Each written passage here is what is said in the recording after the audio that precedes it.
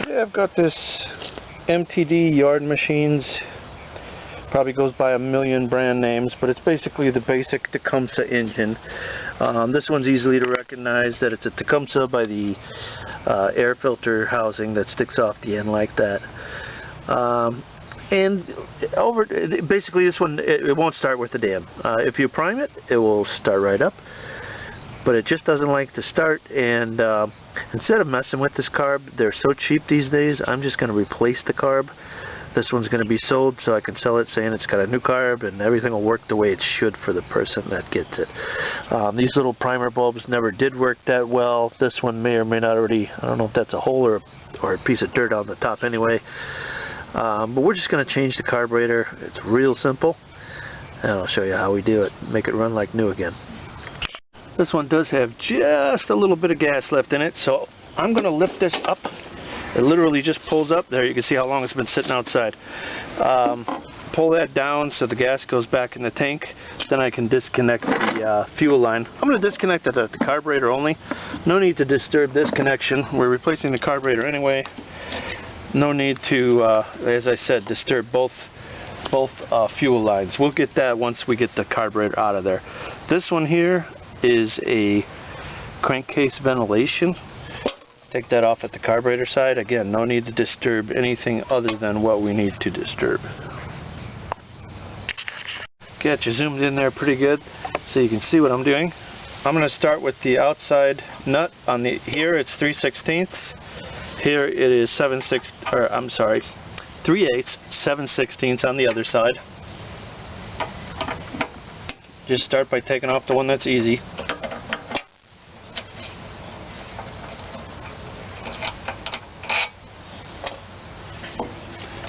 Now we can rotate it down a little and maybe get at this back one a little easier. Maybe push this out of our way, see if I can get on that thing.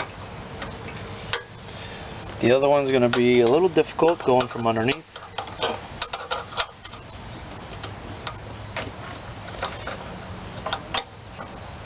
And we got it moving.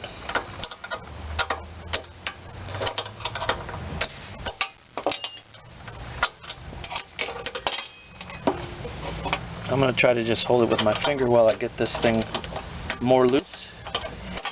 Then it should spin. These have a little things that bite into the metal there, so once you get it just past flush, where it's not compressing anymore, it'll spin off pretty easy. There it goes. Everything, pull it off. It's a good idea to mark which. You have this governor rod, mark which one it was in, just scratch right in it, roll the carburetor to however it needs to go to get that hook out of there, and now we got our carburetor and our tank. I'll disconnect the, make it so the fuel wants to go backwards so we don't waste any. Take off this fuel line, and it's that easy. Now we got our old carb off. Hopefully the new one's the right one. I did get just a Chinese replacement type. I've had decent luck with them. When they work perfect. And it's not worth rebuilding anything in your old one because I literally paid this 2021 prices. I think I paid $15 delivered for this. So if you need so much as a needle in seat or a gasket set, there's no reason to go OEM, let's just say that.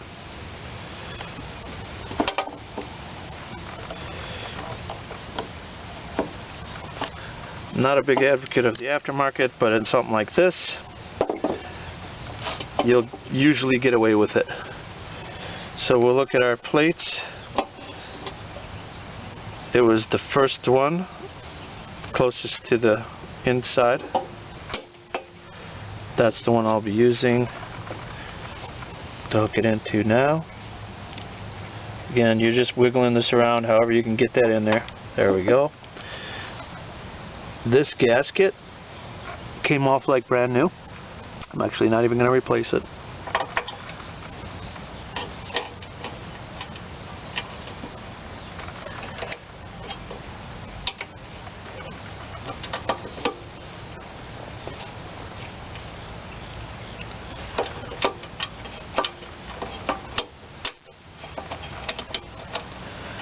Just putting that nut, holding the bolt with my finger, trying to get that nut on there.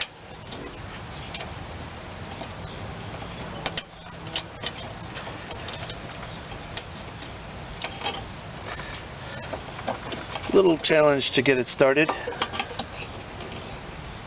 I think we're going to be victorious.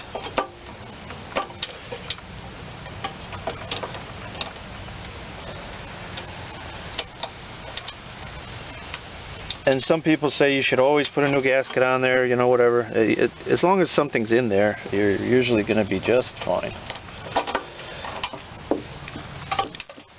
These type of gaskets really don't have much squish to them anyway.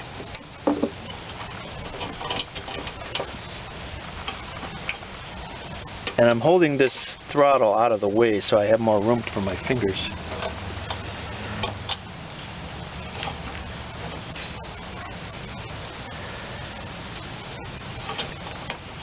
Thought I had it. Nope.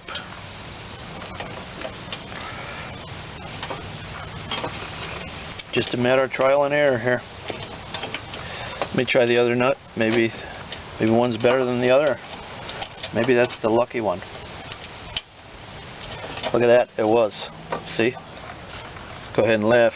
It worked.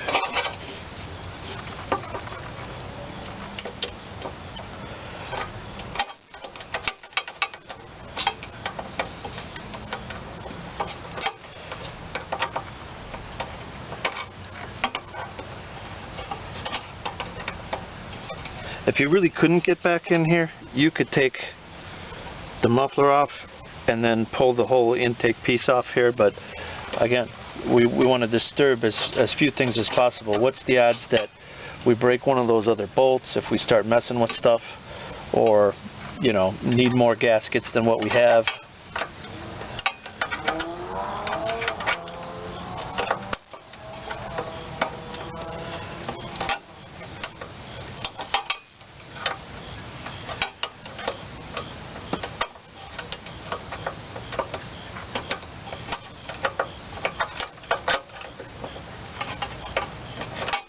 I'll bring you back when I get that all the way tight. Okay, on the back one, I don't know why I was trying so hard with the open end. I just went with the box end. Worked just fine.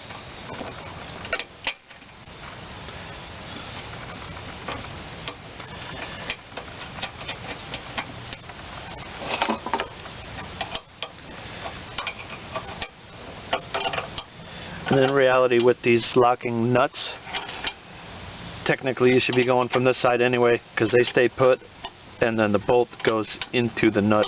So however you feel about that.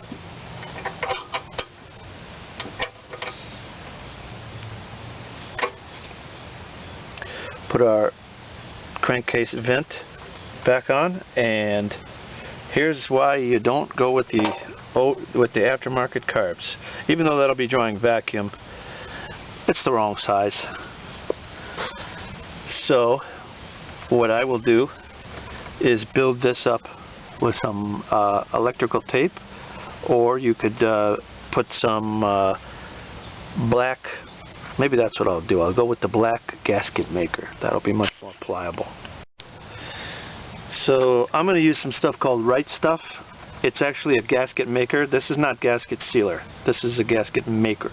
So it literally, let me just show you the old stuff. It's that pliable even when cured. I'm not even going to put the little nozzle on for this job because I can see everything I need to get at here.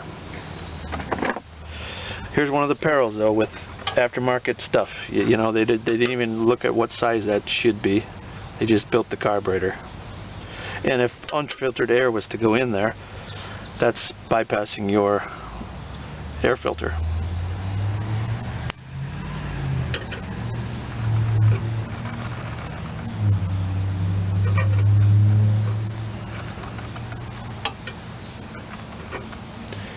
Make sure none gets in the hole. Now it's the right size.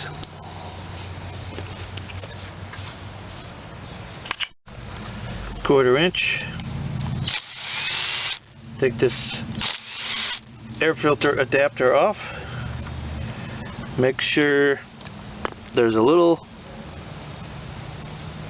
O-ring, not an O-ring, a square cut O-ring, I guess you'd call it, whatever. Don't know what you call a square cut O-ring. It's not an O. It is an O, but it's not. Bend this over a little bit. Get the first one started.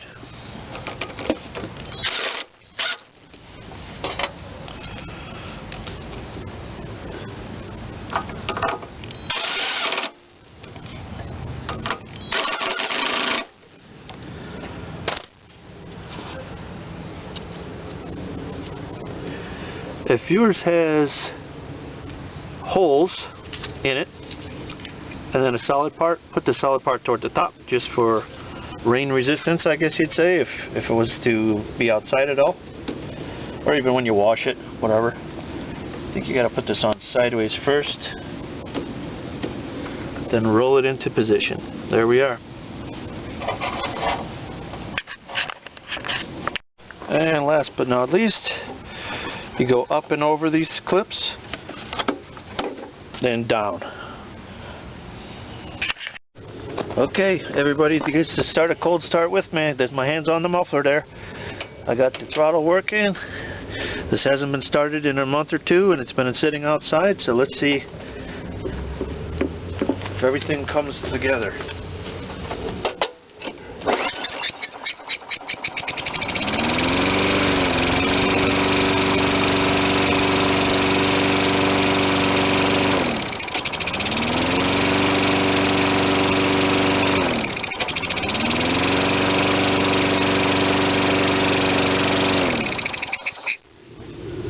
That was me shutting it off with the handle, just seeing if the throttle would respond properly.